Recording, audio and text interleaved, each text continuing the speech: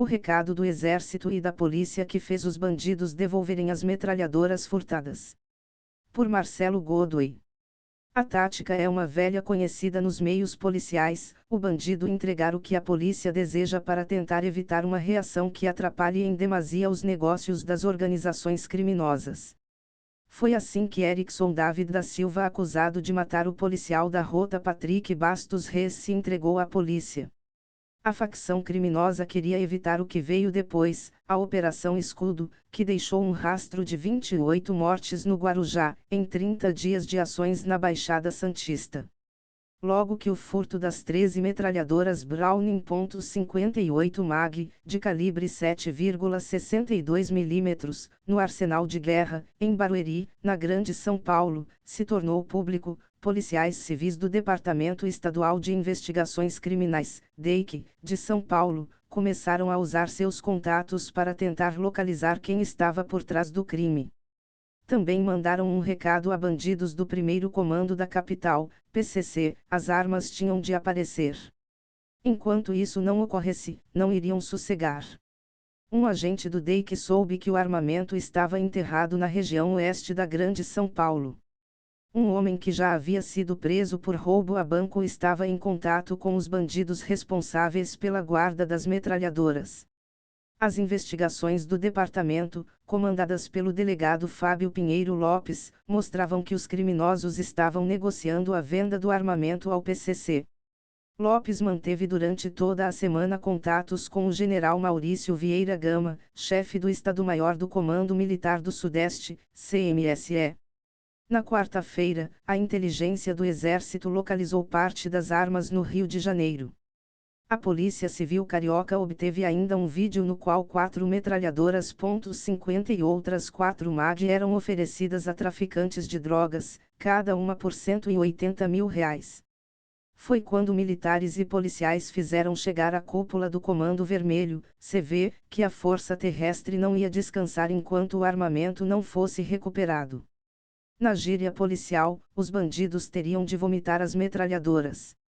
Isso significava que o exército estava disposto a cercar comunidades, como fizera em março de 2006 quando, após 12 dias de atuação em 16 favelas cariocas, as tropas recuperaram os 10 fuzis e a pistola roubados do estabelecimento central de transportes do exército. Na época, o general Hélio Macedo, então chefe do Estado-Maior do Comando Militar do Leste, traçou a tática da Operação Asfixia.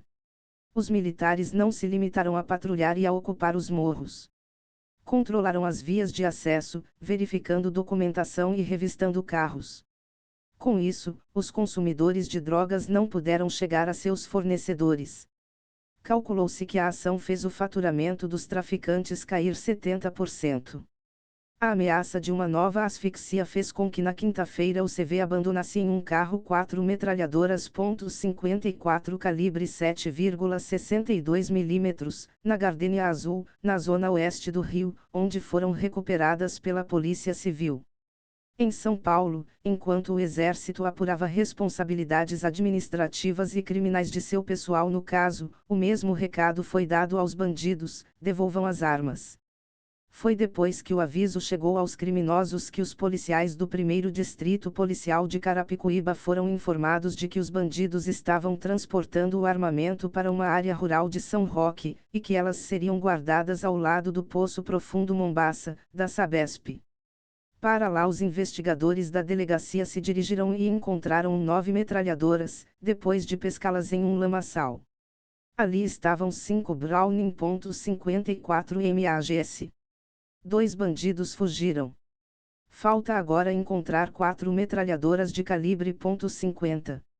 Os interessados na compra desse armamento são ligados à facção criminosa, PCC, afirmou o delegado Júlio Gebert, diretor do Departamento de Polícia Judiciária da Macro São Paulo, DEMACRO. Para ele, essas armas viraram uma batata quente nas mãos dos bandidos. Nós vamos até o fim. Vamos identificar os envolvidos na compra e na venda dessas armas e trabalhar para recuperar as armas que faltam. Não só O CMSE pôs de sobreaviso todo o efetivo da 11ª Brigada de Infantaria Mecanizada e da 12ª Brigada de Infantaria Leve, Aeromóvel. Ou seja, quem estiver em casa deve se manter em condições de se apresentar ao quartel a qualquer momento. Entre as unidades que podem cumprir buscas e apreensões no âmbito do Inquérito Policial Militar, IPM, do caso, estão o 4º Batalhão de Infantaria Mecanizada, 4º BIMEC, e o 8º Batalhão de Polícia do Exército. O general Maurício passará a madrugada de sábado e a tarde organizando as ações para recuperar as armas. O Exército se sente ultrajado diante do maior furto de armas em um quartel desde que o capitão Carlos Lamarca deixou o 4º Regimento de Infantaria com 63 fuzis, 3 submetralhadoras e uma pistola, em 13 de fevereiro de 1969. É difícil para oficiais acreditarem que a retirada das 21 metralhadoras tenha sido possível. Uma reserva de armas não é um depósito de virabrequins. O Exército não vai parar enquanto as armas não forem todas recuperadas, afirmou o general à coluna. Eis mais um recado para os bandidos que ainda mantêm 4 metralhadoras. O general afirmou que vai estabelecer as responsabilidades, tanto as do público interno quanto as de pessoas de fora da força que tenham se envolvido no furto e venda das armas. Foi assim no Rio em 2006. E também foi assim em Caçapava, em 2009, quando 7 fuzis foram roubados do 6º Batalhão de Infantaria Leve, 6º BIL. O general Tomás Miguel Ribeiro Paiva, hoje comandante do Exército, conhece a área. Ele comandou a 11ª Brigada e o CMSE. Já quinta-feira, Tomás determinou o afastamento do tenente-coronel Rivelino Barata Batista de Souza. Engenheiro militar, ele foi recriminado por deixar que acontecesse tamanha falta de segurança no arsenal. E foi só o começo.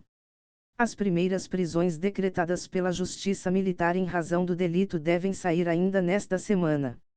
Além disso, 20 oficiais e praças podem ser punidos disciplinarmente. Eles tiveram de apresentar suas defesas e estão sujeitos à prisão de até 30 dias. Esses militares não cometeram crime, mas foram negligentes, disse o general. Ele disse ter certeza de que, sem o interesse de bandidos de fora do quartel, os militares envolvidos no crime não teriam furtado as metralhadoras. A situação só não foi pior porque as metralhadoras furtadas eram, segundo o Exército, inservíveis.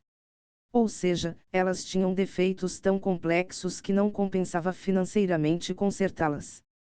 De fato, só os casos graves são encaminhados aos arsenais de guerra do Exército. Armas com defeitos menores são consertadas nos batalhões de logísticas. Isso dificultou a venda das metralhadoras para as facções criminosas, pois seria necessário gastar mais dinheiro e também expertise para consertá-las. Talvez nada disso fosse um verdadeiro problema para o PCC, um grupo que nasceu em 1993, no anexo da Casa de Custódia de Taubaté. Eram 6 presos ao todo. Aos poucos, ele se espalhou pelo sistema prisional e, depois, pelas ruas de São Paulo. O Estado negou sua existência durante anos. Quando despertou para o problema, era tarde, os 6 homens se haviam transformado em milhares. Hoje, só com o tráfico internacional de drogas, a facção fatura mais de R$ 1 bilhão por ano, dinheiro que mantém o seu poder, corrompe agentes públicos e compra armas. Até mesmo do exército.